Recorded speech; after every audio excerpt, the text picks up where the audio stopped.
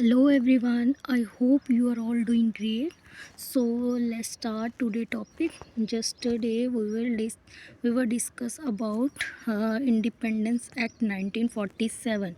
तो कल हमने जो है इंडिपेंडेंस एक्ट 1947 जो है उसको पूरी तरह से हर एक पॉइंट को उसको डिस्कस किया था। और थोड़ा सा रिकैप कर लेते हैं। मैंने कल आपको बताया था कि इंडिपेंडेंस एक्ट जो है 25/1947 को independence act British prime ministers जो हैं वो डिक्लेयर करते हैं कि इंडिया जो है उस 30 जून 1948 को जो है इंडिया जो है इंडिपेंडेंट हो जाएगा और जितनी भी पावर्स हैं वो ट्रांसफ़र कर दी जाएंगी इंडिया को। ठीक है, जैसे ही ये अनाउंसमेंट होती है तो मुस्लिम लीग जो है एजिटेशन स्टार्ट कर देता है और डिमांड करता है पार्टीशन ऑफ इंडिया और कहता है कि इंडिया को जो है पार्टीशन किया जाए और 2 इंडिपेंडेंट स्टेट्स जो है वो बनाई जाए, which is Pakistan and India. ठीक है, मुस्लिम लीग क्या चाहता था कि उसको क्या चाहिए, इंडिपेंडेंट स्टेट चाहिए, वो इंडिया के साथ नहीं रहना चाहता है। ठीक है, तो अब मुस्लिम लीग ने ये डिमांड रख दी है तो अब उसकी डिमांड तो फुलफ़िल करनी पड़ेगी। तो फिर क्या होता है, जो कॉन्स्टिट्यूंट असेंबली जो कॉन्स्टिट्यूशन बना रही थी, कॉन्स्टिट्यूंट असेंबली कब बनती है, 1946 में बनती है, नवंबर 1946 को। ये मैंने सब आपसे कल डिस्कस कर लिया था। ठीक है, तो जो ब्रिटिश प्राइम मिनिस्टर हैं क्लेमेंट एटले, वो क्लियर कर देते हैं इस बात को कि जो कॉन्स्टिट्यूंट असेंबली जो कॉन्स्टिट्यूशन बना रही है ना, वो सिर्फ जो है किन लोगों पे इन्फोर्स होगा, सिर्फ इंडियन डोमिनियन पे इन्फोर्स होगा जो उसको एक्सेप्ट कर रहे हैं अपना कॉन्स्टिट्यूशन एज एन कॉन्स्टिट्यूशन, जो उनको एक्सेप्ट करते हैं उन्हीं पे जो है वो इन्फोर्स होगा, उन्हीं पे लागू होगा। बट जो उस कॉन्स्टिट्यूशन को एक्सेप्ट करने से मना कर रहे हैं उन पे वो कॉन्स्टिट्यूशन जो है एप्लीकेबल नहीं होगा। ठीक है, ये डिस्कस किया था। और ये कब हुआ था,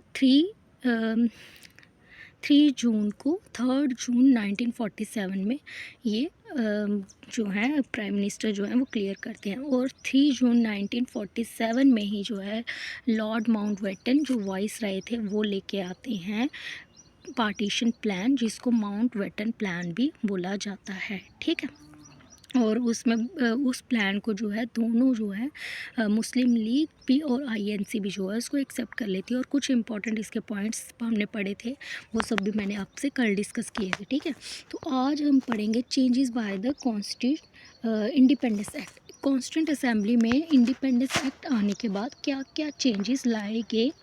ठीक है, आज हम वो सब डिस्कस करेंगे। देखिए, the representative of the princely state who had stayed away from the constituent assembly gradually joined it on 28 अप्रैल 1947। 28 अप्रैल 1947। ठीक है, तो मैंने आपको जब कंपोजिशन में आपको पढ़ा रही थी कि कॉन्स्टिट्यूंट असेंबली की कंपोजिशन कैसे हुई, वो जो मैं आपको पढ़ा रही थी तो मैंने बोला था कि टोटल स्ट्रेंथ जो थी कॉन्स्टिट्यूंट असेंबली की वो 389 थी। उसमें से 296 सीट्स जो हैं वो ब्रिटिश प्रोविंसेस को दी एलोकेट किए गए थे और 1993 जो है वो प्रिंसली स्टेट्स को जो सीट्स जो है एलोकेट की गई थी। पर 296 जो ब्रिटिश प्रोविंस था उस पर तो इलेक्शन हो जाती हैं। ठीक है, जुलाई अगस्त 1947 पे उसको उस पर इलेक्शन होती हैं। ठीक है, सॉरी एक मिनट, उस पर जो है इलेक्शन होती हैं, लेकिन जो 93 स्टेट्स थी, प्रिंसली स्टेट्स थी, वो सीट्स जो हैं फिल नहीं होती, क्योंकि उस टाइम पे जो है जब कॉन्स्टिट्यूंट असेंबली बन रही थी तो उस टाइम जो है प्रिंसली स्टेट ने डिसाइड किया कि हम जो है कॉन्स्टिट्यूंट असेंबली से अलग रहेंगे। ठीक है, उन्होंने ये डिसाइड कर लिया। बट जब लॉर्ड माउंटबेटन जो है अपना पार्टीशन प्लान लेके आते हैं 3 जून 1947 में, तो जो जितनी भी क्या बोलते हैं उसको, जो भी प्रिंसली स्टेट्स थी, ठीक है, प्रिंसली स्टेट्स जो हैं वो क्या कर लेती हैं, ज्वाइन कर लेती हैं। ठीक है, वो क्या करती हैं, कॉन्स्टिट्यूशन असेंबली को जो है वो ज्वाइन कर लेती हैं। On 28 April 1947 representative of 6 states were A part of the assembly. और 28 अप्रैल 1947 को जो है 6 स्टेट्स जो हैं वो क्या बन जाती हैं, पार्ट बन जाती हैं इस असेंबली का, after the acceptance of the Mountbatten plan of 3 जून 1947। ठीक है, the representative of the princely states took there seats in the constituent assembly. और जो अदर रिप्रेजेंटेटिव थे प्रिंसली स्टेट्स का, उनको वो भी क्या होते हैं कॉन्स्टिट्यूंट असेंबली में क्या होता है, उनको भी सीट्स मिल जाती हैं। The members of Muslim leagues from the Indian dominion also enter the assembly. और जो मेंबर्स थे मुस्लिम लीग के, जो मेंबर्स जो इंडियन डोमिनियन के थे, वो भी जो है असेंबली में एंटर हो जाते हैं। ठीक है, हाँ ये था। ये फिर देखिए आगे क्या होता है। Independence act made the 3 changes in the assembly.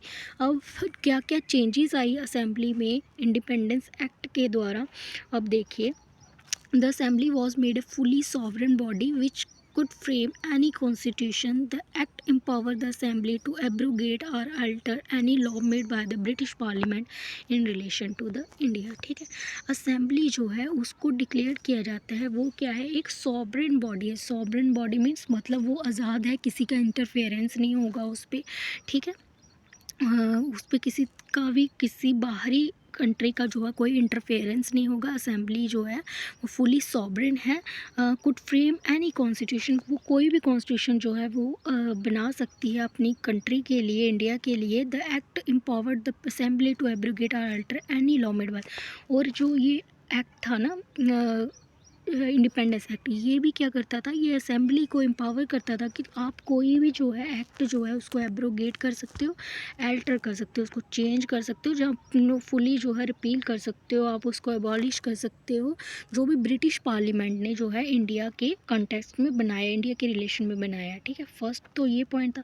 Secondly आप देखिए, the assembly also become a legislative body. जो असेंबली थी ना वो क्या बन जाती है, लेजिस्लेटिव बॉडी बन जाती है। मैंने कल भी आपसे डिस्कस किया था कि 3 ऑर्गन्स हैं हमारी गवर्नमेंट के, legislative, executive and judiciary. Legislative law making body, executive who execute the law, and judiciary interpret the law whether it is beneficial for the wellbeing of the nation और not. ये कौन decide करते हैं, judiciary decide करती है। तो ये assembly जो है ये क्या बन गई, एक लेजिस्लेटिव बॉडी भी बन गई। अब देखिए वो कैसे बनी लेजिस्लेटिव बॉडी।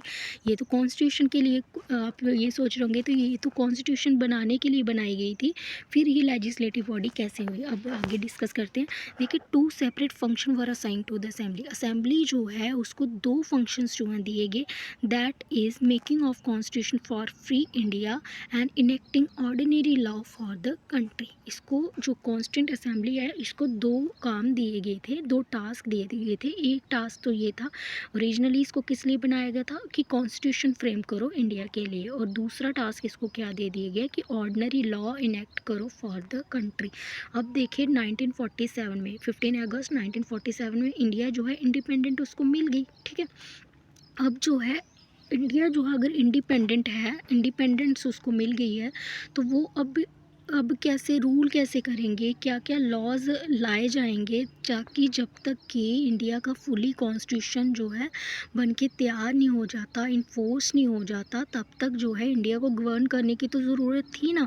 तो उसके लिए जो है ऑर्डिनरी लॉ जो है इनेक्ट करने के लिए भी जो है कॉन्स्टिट्यूंट असेंबली को जो है ये भी टास्क उसको दिया गया कि आप कॉन्स्टिट्यूशन तो बनाएंगे ही बनाएंगे, साथ में आप क्या करोगे, ऑर्डिनरी लॉज जो है for the administration of the country आप जो है उसे भी इनेक्ट करेंगे। ठीक है, अब देखिए अब दोनों टास्क इसको मिल गए।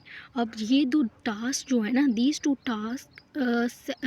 To separate task to be performed on 2 separate days. इन दोनों जो टास्क को जो है 2 डिफरेंट डेज पे जो है परफॉर्म्ड किया जाता था।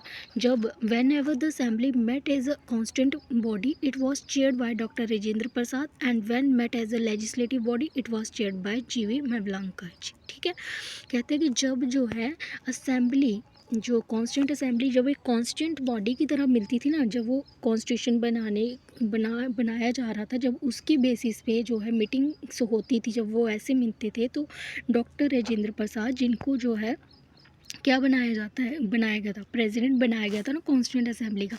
अच्छा मुझे ये भी बताओ कि टेम्परेरी प्रेसिडेंट कौन बने थे कॉन्स्टिट्यूंट असेंबली के। तो टेम्परेरी प्रेसिडेंट जो बनाए गए थे स्टार्टिंग में कॉन्स्टिट्यूंट असेंबली के, वो थे हमारे सच्चिदानंद सिन्हा, और बाद में जो है परमानेंट जो प्रेसिडेंट जो है कॉन्स्टिट्यूंट असेंबली के बना दिए गए वो थे डॉक्टर राजेंद्र प्रसाद। ठीक है, तो वही है इसमें, जब वो कॉन्स्टिट्यूंट बॉडी की तरह मिलेंगे तो डॉक्टर राजेंद्र प्रसाद जी जो हैं चेयर करेंगे। And when met as a legislative body it was chaired by GV Mavalankar. और जब वो कॉन्स्टिट्यूंट असेंबली लेजिस्लेटिव बॉडी की तरह बनेगी, जब कंट्री के लिए लॉ बनाने के लिए, जब तक कि कॉन्स्टिट्यूशन बन के प्रिपेयर नहीं होता, जब तक ऑर्डिनरी लॉ बनाने के लिए जब वो मिलेंगे तो उनको चेयर कौन करेगा? जीवी मेवलंकर जी। ठीक है।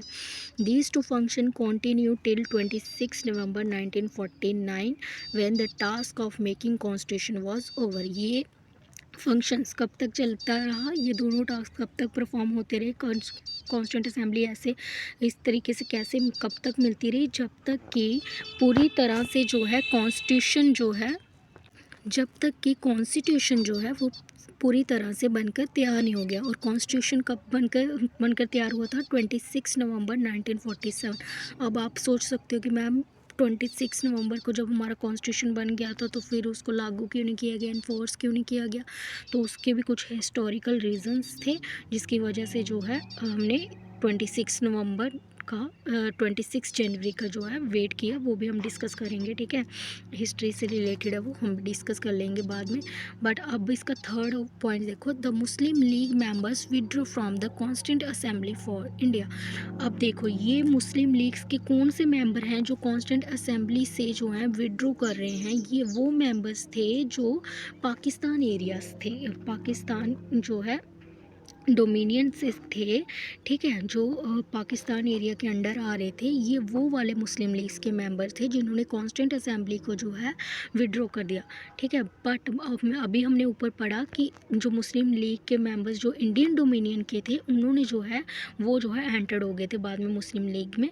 लेकिन जो मुस्लिम लीग के मेंबर जो पाकिस्तान डोमिनियन के थे उन्होंने विड्रॉ कर दिया था। ठीक है, और अब देखो मुस्लिम लीग्स के मेंबर्स जो हैं उन्होंने तो यहाँ से विड्रॉ भी किया, कुछ ऐड भी हुए। ठीक है, तो और अब देखिए इससे क्या होगा, अब जो टोटल स्ट्रेंथ है ना जो कॉन्स्टिट्यूंट असेंबली वो भी चेंज हो गई। ठीक है, अब वो देखो consequently the total strength of assembly come down to 299। ठीक है, अब कॉन्स्टिट्यूंट असेंबली की जो टोटल स्ट्रेंथ है वो कितनी होगी? 299। जो ओरिजिनली कितनी थी, जो कॉन्स्टिट्यूंट असेंबली बन रही थी तब ओरिजिनली कितनी थी? 389 थी। अब जो है कितनी होगी? 299 होगी। ठीक है, ठीक है। The strength of Indian provinces formally British province was reduce from 296 to 299। मैंने आपको पढ़ाया था कि 389 जो है कंपोजिशन थी, टोटल स्ट्रेंथ थी, उसमें से 296 सीट्स जो हैं वो ब्रिटिश प्रोविंसेस की थी और 93 जो हैं वो प्रिंसली स्टेट की थी। अब देखिए टोटल स्ट्रेंथ कितनी होगी? 299 होगी।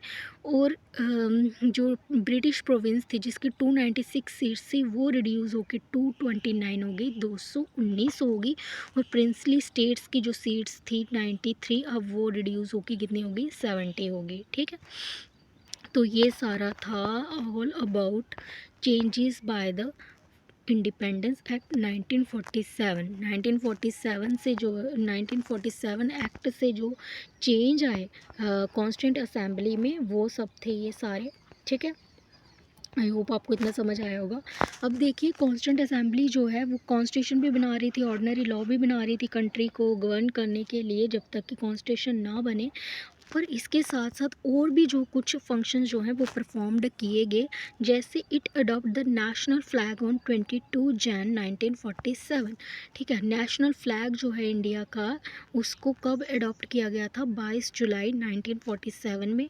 It adopt the national anthem on Jain 24 1950 और नेशनल एंथम को भी 24 जैन 1950 को अडॉप्ट किया गया। ठीक है, नेशनल एंथम क्या है हमारा? जन गण मन है ना। तो it adopt national song on 24 Jan 1950 और नेशनल सॉन्ग को भी जो है 24 जनवरी 1950 को जो है अडॉप्ट किया गया। नेशनल सॉन्ग क्या है हमारा? वंदे मातरम है ना। आगे क्या है? It elected doctor Rajendra Prasad as the first president of India on 24 Jan 1950। ठीक है, और डॉक्टर राजेंद्र प्रसाद जी जो हैं उनको जो है पर फर्स्ट प्रेसिडेंट जो है वो इलेक्ट कर दिया गया। ठीक है, इंडिया का। नेक्स्ट देखिए, the constitution assembly had 11 session. Constituent assembly जो है उसके 11 सेशन हुए over 2 years 11 months and 80 days. मतलब हमारा कॉन्स्टिट्यूशन मान लो कि कितने टाइम 3 इयर्स से थोड़ा कम टाइम लगा इसमें। देखिए कंप्लीट जो है 2 years complete 11 month and 18 days जो है पूरे लगे हमारे कॉन्स्टिट्यूशन को बनने में। और हमारी कॉन्स्टिट्यूशन जो मेकर्स थे उन्होंने 60 कंट्रीज़ का जो है कॉन्स्टिट्यूशन को गो थ्रू किया, उसको स्टडी किया, फिर हमारा कॉन्स्टिट्यूशन जो है बन के रेडी हुआ। अब देखो 60 कंट्रीज़ का कॉन्स्टिट्यूशन, ठीक है। क्यों इतना टाइम लगा? काफ़ी टाइम लग गया, मतलब 3 साल ही पूरे लगा लो लग गए इसको बनाने में, ठीक है। अब देखिए 60 कंट्री का कॉन्स्टिट्यूशन को स्टडी करना और फिर उसमें जो हमारी कंट्री के लिए बेनिफिशियल चीज़ें हैं उनको लेके आना, तो इसमें तो टाइम लगना ही था। बट ठीक है 60 कंट्री का था और इसमें देखो कितना फाइनेंस भी कितना ज़्यादा लगा होगा 60 कंट्रीज़ के कॉन्स्टिट्यूशन को स्टडी करना है इन्होंने। The constitution assembly had it's final session on 24 जन 1950। और जो फाइनल सेशन होता है कॉन्स्टिट्यूंट असेंबली का वो 24 जनवरी 1950 में हुआ। However it did not ended and continue as a provisional parliament of India from 26 Jan 1950। ठीक है, कहते हैं कि लास्ट जो सेशन है वो कब हुआ था इसका, फाइनल सेशन 24 जनवरी 1950 में हुआ। लेकिन ये यहाँ पे ही एंड नहीं हुआ इस पार्लियामेंट का। ये पार्लियामेंट जो है प्रोविजनल पार्लियामेंट जो है 26 जन 1950 से लेके जो है तब तक चलती रही जब तक कि न्यू जनरल इलेक्शन नहीं हुए। और न्यू जनरल इलेक्शन हमारे कब हुए थे? 1951-52 में जो है न्यू जनरल इलेक्शंस हुए जी। फिर न्यू गवर्नमेंट चुनी गई, ठीक है, न्यू गवर्नमेंट बन के तैयार हुई। और 1951 में फर्स्ट जब 1951 में जब इलेक्शन हुई तब भी हमारे जो प्राइम मिनिस्टर्स हैं वो कौन बने थे? तब हमारे प्राइम मिनिस्टर कौन बने थे? पंडित जवाहरलाल नेहरू जी, ठीक है। और 1951 में ही प्लानिंग कमीशन भी आया था, 1951 में प्लानिंग कमीशन भी आया था, ठीक है। तो ये था सारा आज का चेंजेस क्या क्या है इंडिपेंडेंस एक्ट में। आई होप आप सबको ये सेशन मेरा अच्छा लगा होगा, आपको चीज़ें समझ आई होंगी अच्छे से, ठीक है। अगर अच्छा लगा तो प्लीज़ लाइक करो एंड सब्सक्राइब कीजिए ऐसे ही और अच्छे से वीडियो आने के लिए, ठीक है। तो थैंक यू सो मच। कल मिलते हैं नेक्स्ट क्लास में। कल का टॉपिक बस थोड़ा सा ही रह गया, ये making of the Indian constitution. कल हम जो डिस्कस करेंगे वो इनेक्ट कैसे हुआ कॉन्स्टिट्यूशन, उसके रिलेटेड पढ़ेंगे। कुछ इंपॉर्टेंट कमेटीज़ जो बनाई गई थी कॉन्स्टिट्यूशन बनाने के लिए, कल वो डिस्कस करेंगे। तो आई थिंक कल जो है कल ये टॉपिक जो है कंप्लीट हो जाएगा। तो thank you so much for watching. Have a nice day.